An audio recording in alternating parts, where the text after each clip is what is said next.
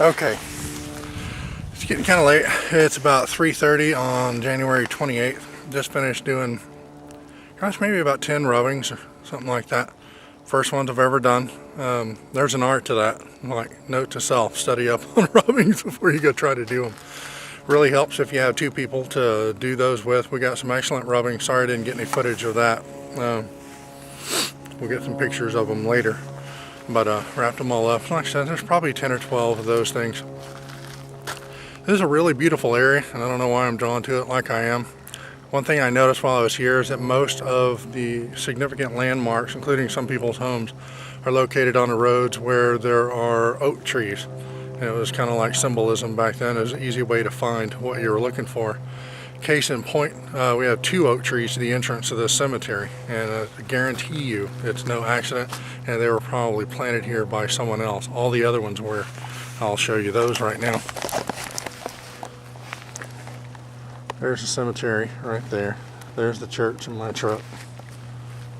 Look at that huge oak tree. That thing has probably been here, gosh, I don't know, I'm guessing over 200 years. There's another one right there. Both of those overhang the road. Now I don't know how they get them to overhang the road, nor do I know if it's done that way on purpose, but it certainly does appear so. It's a pretty easy way to find whatever you're looking for. There's another one right there.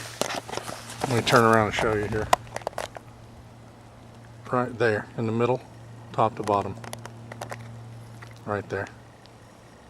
All these oaks are not natural to this area.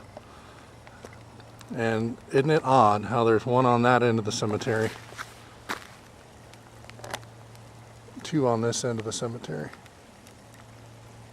This was the meeting place back before there were cities or anything like that.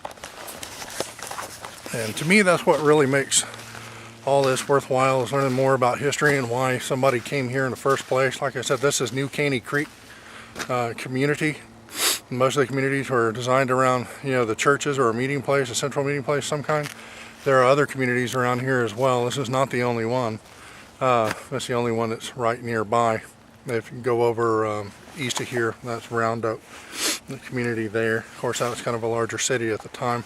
One thing I found out here is they used to raise a lot of sugar cane. That's what slaves were mainly used for. Not a lot of cotton. Haven't heard any cotton stories. I'm sure there's a lot in Georgia, but not here. I think it's too hilly and wasn't quite suited for farming. But the sugar cane they used to grow in these hollers and stuff like that. There are lots of mills. I got a picture of a mill in downtown Round Oak, and they made syrup out of it. It's pure cane syrup. That's pretty interesting. Never seen anybody that's done that before, and don't know if I've ever had any pure cane syrup either. So tomorrow we're going to be spending the night over, what is that? The Gerald Plantation Bed and Breakfast. That was also a sugar cane area, and we're going to stay over there in our house. The bed and breakfast only holds 4 people total. There are only 2 rooms, and you have to call for weeks on end to even talk to the lady that manages those. So I don't think you're going to have, it's not going to be a real high-end type affair, but the place we're going to be staying in was built by the Gerald's Lumber Mill, or with the Gerald's Lumber Mill, back in the 1920s, and that's pretty cool.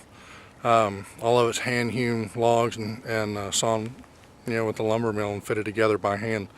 The plantation was donated to the state as a state historic site years ago. So I learned also here at New Caney Creek, this area was designated a wildlife refuge, I think by President Roosevelt in 1939. So that's probably about the time that most of these people started pulling out of here, and why it's so hard to find other Jacksons. I don't really think it's that hard to find other Jacksons. I haven't met any since I've been here. I've met lots of people that are related to us. I just don't think I'm in the right crew yet. Got a couple of good phone numbers out of Round Oak, and got some good phone numbers here off of the Primitive Baptist Church Cemetery. And we'll get in touch with some other Jacksons and see if next time maybe we could meet with some of those guys. Tomorrow I have a meeting in Gray with the folks that wrote some of the, there's a really big Jones County Cemetery book, and with the guy that wrote that, and he's supposed to know all there is to know about everything, so we'll see. I don't know how I'm going to fit it in, because Bobby gets out of her conference at 11 o'clock, and we're going to tool off down this way and probably go to Gray first to meet with them, and then go check in at the plantation. I don't think we can check in there until about 4 o'clock.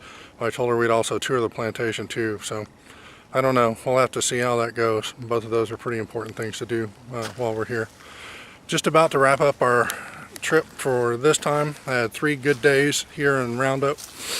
Not a problem. It's been really nice. I've learned a lot about the community itself, met some of the people, and to be walking the same ground that your ancestors walked on is a pretty meaningful experience for me.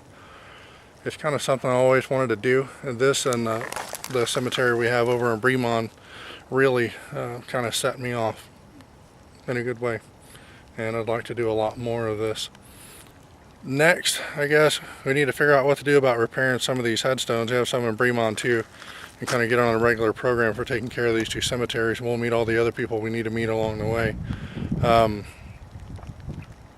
Gosh, this John Jackson here is as old as I've gotten, and we're looking for his father. Went out to Barnesville, like I said this morning, didn't see anything out there. It's a large community with a lot of churches and a lot of graveyards, and none of them appear to be, you know, who we're looking for. So that guy came out of Georgia, probably 1897 or 1797 or 1798.